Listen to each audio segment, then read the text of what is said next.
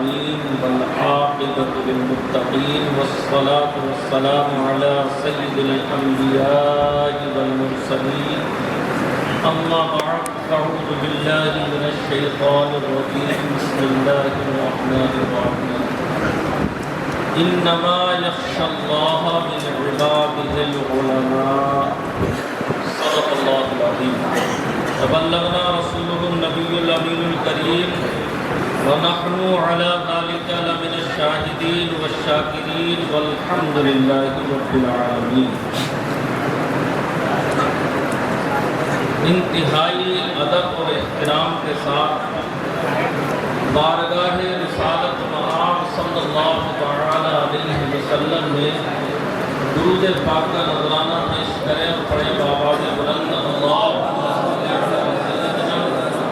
مولانا محمد وعلی آل سیدنا مولانا محمد وعلی آل سیدنا علیہ الصلوۃ والسلام علیک یا رسول اللہ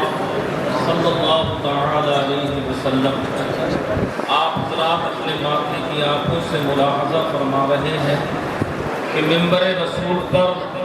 بڑی عظیم شخصیتیں، بڑے علم کے پہاڑ، بڑی بڑی قد آب شخصیات تشریف فرما ہے. میں ہر ایک کا تعارف نہیں کرا سکتا کیونکہ میرے پاس وقت بھی کم ہے. مجھ کو مختصر اور قلیل وقت دیا گیا ہے تاکہ میں اختصار میں اپنی بات کو ختم کر دوں. سب سے پہلے میں شکر گزار ہوں جامعہ حضرت نظام الدین اولیاء کی جملہ اراکین اور یہاں کے جو ذمہ داران ہیں، بالخصوص طریقے سے حضرت علامہ ارشد القادری علیہ الرحمہ کے صاحبزادگان اور بالخصوص طریقے سے میرے عزیز قابل قدر حضرت علامہ مولانا محمود غازی اظہری صاحب کا کہ انہوں نے مجھ جیسے ناکارہ کو ایوارڈ دینے کے لیے چنا. بہرحال یہ ان کی محبتیں ہیں، میں اس لائق نہیں تھا لیکن انہوں نے اٹھا کر مجھ کو اوج ثریا تک پہنچا دیا. میں چند منٹ میں اپنی گفتگو کر کے ختم کیے دیتا ہوں. حضرت فیض ربانی صاحب قبلہ کا حکم تھا کہ نعت شریف کے چند اشعار پڑھے جائیں.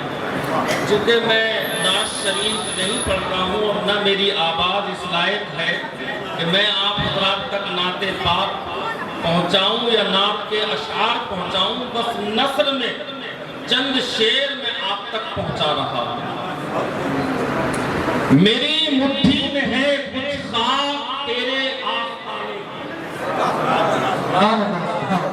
میری مٹھی میں ہے کچھ خاک تیرے آستانے کی، زمانہ اب کرے ہمت میری قیمت لگانے کی. میری مٹھی میں ہے کچھ خاک تیرے آستانے کی، زمانہ اب کرے ہمت میری قیمت لگانے کی. اور کفن پہناؤ تو خاک مدینہ منہ پہ مل دینا، یہی بس ایک صورت ہے خدا کو منہ دکھانے کی.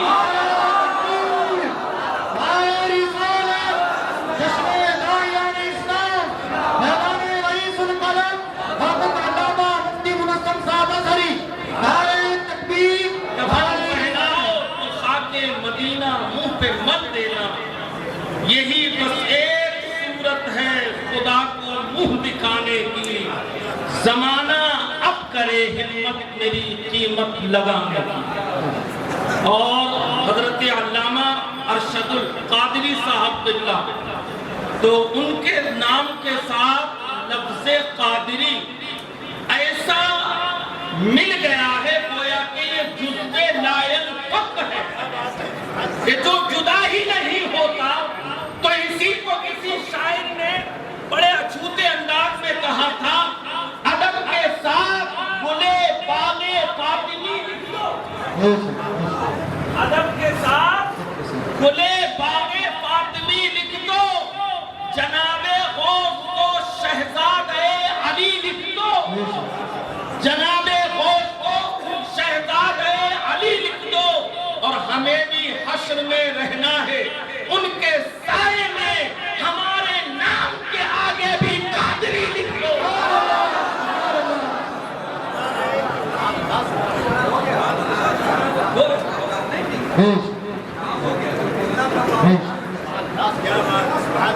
ہمیں بھی حشر میں رہنا ہے، ان کے سائے میں میرے بھی نام کے آگے قادری لکھ دو۔ تو ہم تو قادری ہیں، علامہ ارشد القادری علیہ الرحمہ سے محبت کرنے والے ہیں اور ان کی بارگاہ کے خوشرچی ہیں، ان کے دربار کے ٹکڑے کھانے والے ہیں۔ اگر ہم کو جامعہ حضرت نظام الدین اولیاء نے کسی ایوارڈ سے نوازا ہے تو اس میں بھی علامہ ارشد القادری کی روح کار فرما ہے۔ حضرت علامہ ارشد القادری نے، آپ کا یہ وصف تھا کہ آپ جس علاقے میں جاتے اس علاقے کے اولیاء کرام سے آپ کا رابطہ رہتا، اگر وہ زندہ ہوتے تو ان سے ملاقات کرتے، ظاہری طور پر دنیا سے رخصت ہونے کے بعد اگر وہ اپنی قبر میں تشریف فرما ہوتے تو علامہ ارشد القادری علیہ الرحمہ کا طریقہ کار یہ تھا کہ آپ جس علاقے میں تشریف لے جاتے اس علاقے کے بزرگ کے مزار پہ حاضری دیتے اور وہاں استغاثہ پیش فرماتے، اپنی درخواست لگاتے اور عرض کرتے کہ حضور میں اس علاقے میں کام کرنا چاہتا ہوں۔ اور کمال کی بات یہ ہے کہ علامہ ارشد القادری کو اس بزرگ کے مزار سے اشارہ مل جاتا تھا، چاہے خواب کے ذریعے سے ہو یا کسی اور طریقے سے ہو، آپ کو اشارہ مل جایا کرتا تھا اور اشارہ پاتے ہی آپ اپنا کام شروع کر دیا کرتے تھے۔ جب ذاکر نگر میں آپ تشریف فرما ہوئے اور جامعہ حضرت نظام الدین اولیاء کی آپ نے بنیاد ڈالنا چاہی، اس کو باب عروج تک پہنچانا چاہا، تو علامہ ارشد القادری نے غور کیا کہ اس ادارے کا نام کیا رکھا جائے۔ آپ نے سوچا، غور و فکر کرنے کے بعد کہ اس علاقے کی مشہور شخصیت اور بارگاہ الہی کی محبوب شخصیت، ان کا نام نظام الدین اولیاء ہے، انہی کے نام سے ادارے کا نام رکھ دیا جائے۔ اس لیے کہ علامہ ارشد القادری جانتے تھے کہ جس طریقے سے نظام الدین رب کی بارگاہ کا محبوب ہے، اسی طریقے سے دہلی میں جامعہ نظام الدین بھی لوگوں کی محبت کا مرکز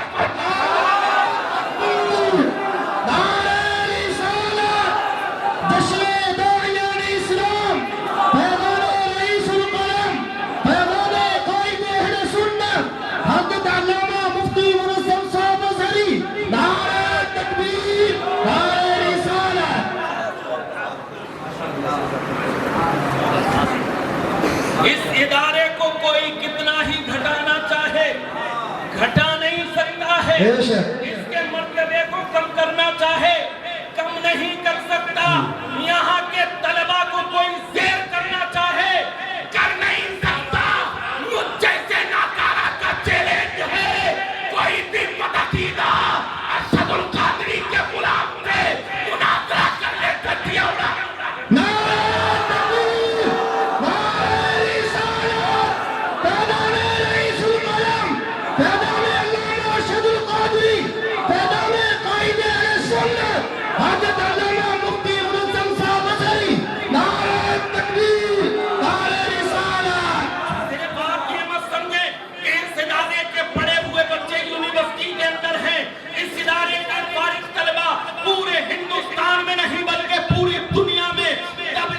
تبلیغ کا کام انجام دے رہے ہیں۔ ایک بدعقیدہ نے علامہ ارشد القادری علیہ الرحمہ سے کہا تھا کہ آپ مجھ سے کیا مناظرہ کریں گے، آپ کی حیثیت کیا ہے، آپ کا نام تو ارشد ہے اور میرا نام ارشاد ہے، ارشاد مصدر ہے، ارشد مصدر سے نکلا ہے، آپ تو مجھ سے نکلے ہو، آپ مجھ سے مناظرہ کیا کر سکتے ہیں۔ علامہ ارشد القادری نے جواب دیا تھا،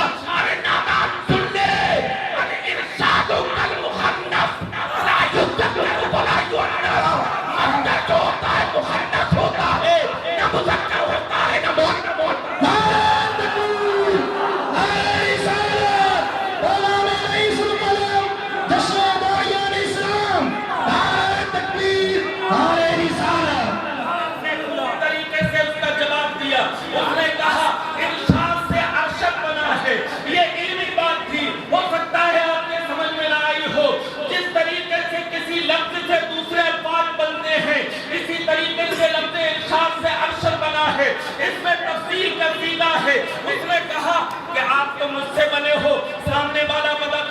ارشاد تھا، مگر علامہ نے ایسا جواب دیا، اس کے منہ پہ مہر لگا دی، اس کی بدعقیدگی کا منہ بند کر دیا، اور آپ نے ارشاد فرمایا،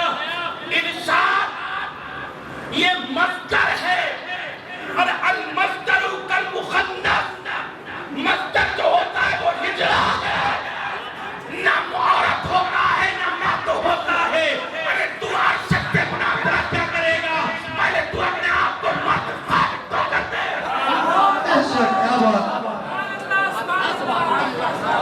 ایسا نہیں ہے میرے بھائی کہ اس جامعہ سے فارغ طلبہ کسی لائق نہیں ہے، آپ کو ان کی عظمتیں نہیں معلوم ہے، آپ کو ان کی رفعتیں نہیں معلوم ہے، آپ کو ان کی بلندیاں نہیں معلوم ہے۔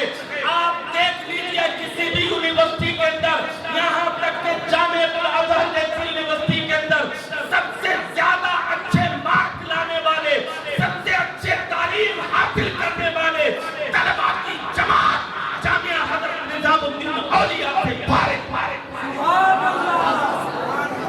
اور یہ آپ اپنے وسیلہ پر فخر کریں کہ علامہ ارشد القادری علیہ رحمت و رضوان نے ایک ایسا عظیم ادارہ آپ کو عطا فرما دیا ہے، ورنہ ہمارے عقیدوں کا حال برا تھا، ہمارے عقیدے کو سواد تھا۔ اور اللہ کا کرم دیکھیں، علامہ ارشد القادری نے اپنا نائب بھی پیدا فرما دیا ہے، محمود غازی کی شکل میں، جن کے اندر کوئی فکر پائی جاتی ہے تو علامہ ارشد القادری کے اندر پائی جاتی تھی۔ آج اس ادارے کی ترقی دیکھیں، آج اس ادارے کے شعبے جات کا آپ ملاحظہ کریں، آپ اس کو اپنی آنکھوں سے دیکھیں تو آپ کو پتہ چلے گا کہ واقعی علامہ ارشد القادری کی فکر کہ اگر کوئی ضامن ہے اور ان کی فکر کے کوئی مالک ہے تو وہ محمود غازی اللہ تعالیٰ انہیں اور مزید حوصلہ عطا فرمائے۔ انہوں نے اس ادارے میں کتنے شعبے قائم کر دیے، تخصص صرف اس میں قائم کر دیا، فتویٰ یہاں سے دیا جا رہا ہے، ادارے شرعیہ یہاں قائم کر دیا گیا، آپ اس کی عمارت دیکھ رہے ہیں، لائبریریاں یہاں بنائی جا رہی ہیں، طلباء یہاں سے فارغ ہو رہے ہیں، اور وہ طلباء جو بڑے بڑے مدرسوں سے عالم فاضل ہوتے آتے ہیں ان کا یہاں داخلہ ہوتا ہے، اور ہونے کے بعد وہ یہاں 2 سال کا کورس مکمل کرنے کے بعد وہ یہاں سے فراغت حاصل کر لیتے ہیں۔ تو یہ ادارہ کوئی معمولی ادارہ نہیں ہے، یہ علامہ ارشد القادری علیہ الرحمہ کی دیرینہ آرزوؤں اور تمناؤں کا محور اور مرکز ہے۔ اللہ تعالیٰ اس ادارے کو دن دونی رات چوگنی ترقی عطا فرمائے، اس ادارے کے جملہ معاونین کو اس کا بہترین اجر اور صلہ عطا فرمائے۔ آپ اس ادارے کے اگل بغل رہتے ہیں، متصل رہتے ہیں، جہاں اہل سنت کا ادارہ ہوتا ہے وہاں اللہ کی رحمتیں نازل ہوتی ہیں، جہاں قال اللہ اور قال رسول کی صدائیں بلند ہوتی ہیں، اسی کو جامعہ حضرت نظام الدین اولیاء کا سبحان اللہ سبحان اللہ جامعہ حضرت نظام الدین اولیاء کے جملہ اراکین، معاونین اور مدرسین کو بہترین اجر و صلہ عطا فرمائے، اور مجھ ناکارہ کی یہ چھوٹی سی یہ بطور شکریہ بطور امتنان جو میں نے کچھ عرض کیا اس کو قبول فرمائے۔ استغفر اللہ ربی من کل ذنب و اتوب الیہ۔